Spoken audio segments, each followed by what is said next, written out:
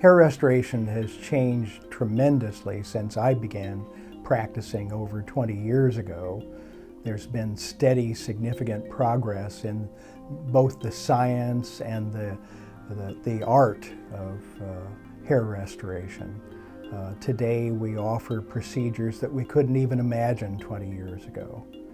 A lot of that has to do with advances in surgical technique, but more recently, in the last 2, 3, 4 years, the significant innovations have been what I refer to as biological adjuncts that have been developed that we use in conjunction with the surgical therapy.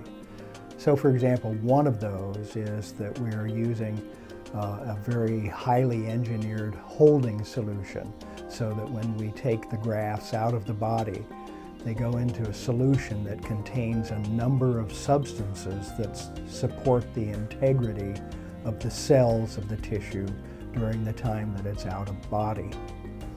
Another innovation which is very exciting is the development of liposomal ATP.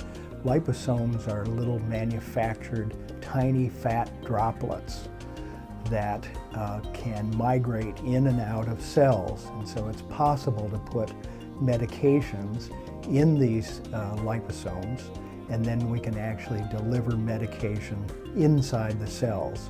What we're delivering with ATP is the primary fuel of all cellular metabolism, adenosine triphosphate.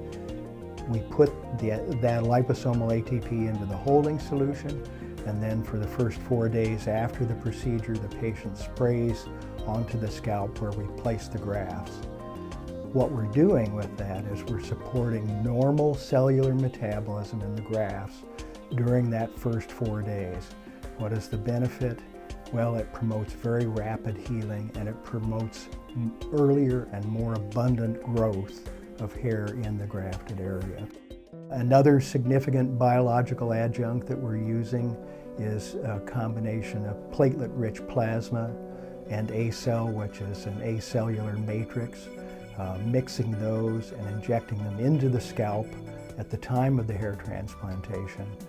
What we're doing here is that we're augmenting the body's natural healing processes through this, and this results once again in very, very rapid healing, much faster than we used to see, and also it's having effects on the ultimate outcome of the transplant in terms of the fullness that is there.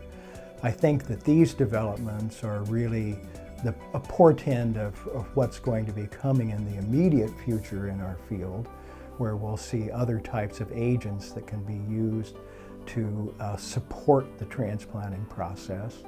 There is a lot of research going on regarding stem cells and also the ability to clone hair follicles in the laboratory. I don't know how long it's going to take before those will become available in our clinical practice, but there's very serious investigative work going on, and we hope that we'll see these technologies actually come into the office within the next few years. One of the primary constrictions we have in what we're able to do for patients with hair restoration surgery is that we have a finite amount of donor follicles, and when balding is extensive, we don't really have enough donor follicles to fully restore the area of balding to optimal or ideal density.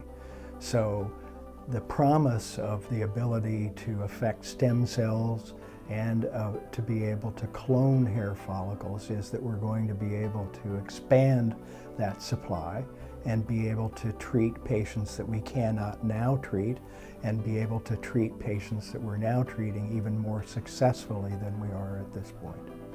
Well, our practice, I think, is widely recognized as one of the practices in the world that really always has a reputation of staying abreast of the latest developments and technologies in the field.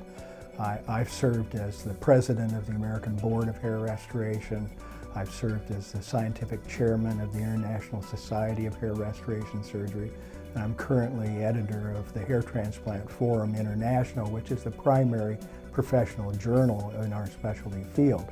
as an editor of that journal, I have to keep abreast of every development that's happening all around the world, and I often have access to information before others do.